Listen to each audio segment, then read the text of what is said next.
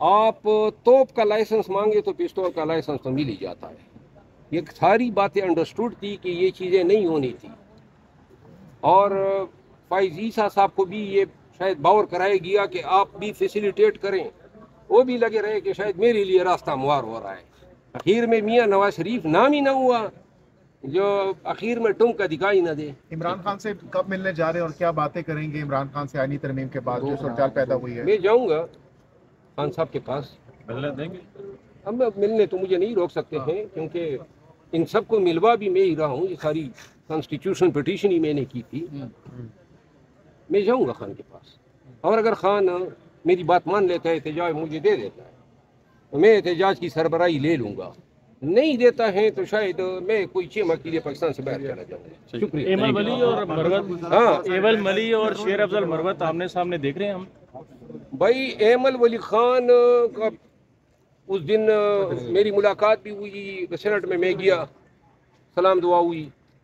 کبھی اس کے خلاف کوئی بات نہیں کی. وہ میں نے کہا تھا نا وہ شرٹ جو پاڑی تھی وہ لفظ ڈر جو آیا تھا تو انہوں نے پشتو میں یہ کہا تھا کہ جی وہ جو ڈر کے الفاظ استعمال کرتے ہیں لوگوں پٹھانو تم اس کو پسند کرتے ہو.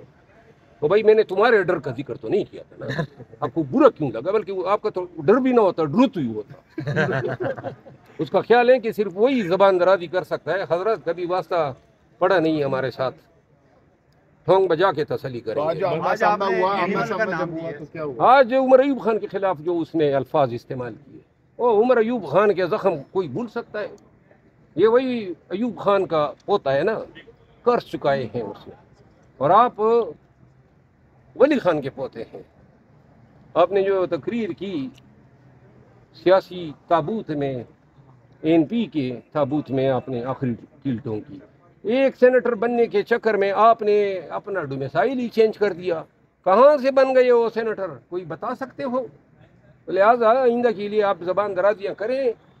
میں نے پی ٹی آئی والوں کو کہا ہے کہ ان کو جواب نہیں دیں گا. مروت صاحب ایک لاسٹ کویشچن یہ ہے کہ فیصل واڈا جو ہیں وہ 2 دن پہلے آئے تھے اور ڈگی کھول کے کہتے ہیں کہ یہاں سے ممبران آئیں گے. پھر کل بھی آئے، انہوں نے کہا ممبران آئیں گے. پھر اس سے پہلے انہوں نے یہ بیان دیا کہ اس بار حکومت نہیں آئینی ترمیم لا رہی، ہم لا رہے ہیں. تو کیا تاثر دینا چاہ رہے ہیں؟ ان سوالوں سے کیا بنتا ہے؟ فیصل واوڈا جو ہے روزانہ آپ جا کے اس کی نہ پوچھ لیں. اختلاف کی آج میں ابھی عمر ایوب خان کو ڈیفینڈ کر رہا ہوں. میں ابھی بھی اس کے چیمبر سے آیا ہوں. اس کے ساتھ کیا میرا اختلاف ہو سکتا ہے دوسرے کسی کے ساتھ؟ میں نے تو کسی کا راستہ کاٹا ہی نہیں ہے، نہ میرا ان کسی کے ساتھ ڈسپیوٹ بنتا ہے. صرف یہ تھا میں نے کہا، وہ کہتے ہیں نا نہ چھیڑ ملنگانو، ہم تو یہ کہتے ہیں چھوڑو بھائی، ہم نے کسی کے ساتھ کیا کرنا ہے. لیکن میری ٹھانگیں کھینچی جاتی تھی. ابھی بھی آفیشیل میڈیا جو ہے آج تک میرے خلاف استعمال ہوا. تو لہٰذا اور سٹیکس میرے نہیں ہیں. ایسا بندہ تو نہیں ہوں نا کہ میں کوئی مجھے خاموش کرا سکے. دیکھا نا جس وقت انہوں نے کہا جی ہم نے ٹرمینیٹ کر دیا، سسپینڈ کر دیا، تو میرا رد عمل آپ کے سامنے تھا. پرواہ نہیں تھی مجھے ان چیزوں کی. اچھا شیر افضل مروت صاحب، ان آئینی ترامیم کے بعد ملک کی سیاسی صورتحال پر کیا اثر پڑے گا ان ترامیم کا؟ میرا خیال ہے کہ احتجاج کے لیے راہ مزید ہموار ہوئی ہے. سیاست مزید جو ہے عداوتوں کا، گرمی کا اور انتقام کا نشانہ بنے گی. راستے جو ہیں مصالحت کی طرف کوئی ایک بھی راستہ ایسا نہیں ہے جو ہمیں لے جا سکے. کیونکہ آج جو یہ ترامیم ہوئی ہیں یہ سیاستدانوں نے اپنے لیے تو نہیں کی ہے، عوام کے لیے تو نہیں کی ہے. پاکستان کی عدلیہ پہ کاری ضرب. یعنی مروت صاحب، ان ترامیم کے بعد آپ کے خیال میں خان صاحب کی رہائی دور دور تک اب نظر نہیں آ رہی؟ عدلیہ جو ہے مزید سرنگو ہوگی. سپریم کورٹ یعنی ایک عدالت کے اندر دوسری عدالت بنا دی، آپس میں چھپکلش ہوگی. یہ ابھی چند دنوں کی بات ہے. وکلا تحریک دیکھ رہے ہیں آپ؟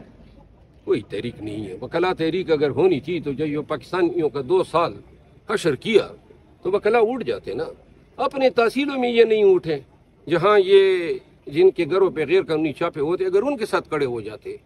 میں نہیں دیکھ رہا ہوں کہ وکلا تحریک جو ہیں، جب ضرورت تھی پاکستان کو سب سے زیادہ ایسی تحریکوں کی تو سول سوسائٹی بھی ناکام ہوئی. انسانی حقوق کے ادارے جو ہیں کدھر ہیں؟ کبھی آپ نے سنا یہ جو ہو رہا ہے پاکستانیوں کے ساتھ؟ کوئی آواز؟ انٹرنیشنل کمیونٹی بھی خاموش ہے. وہی ہو رہا ہے جو فلسطین میں ہو رہا ہے.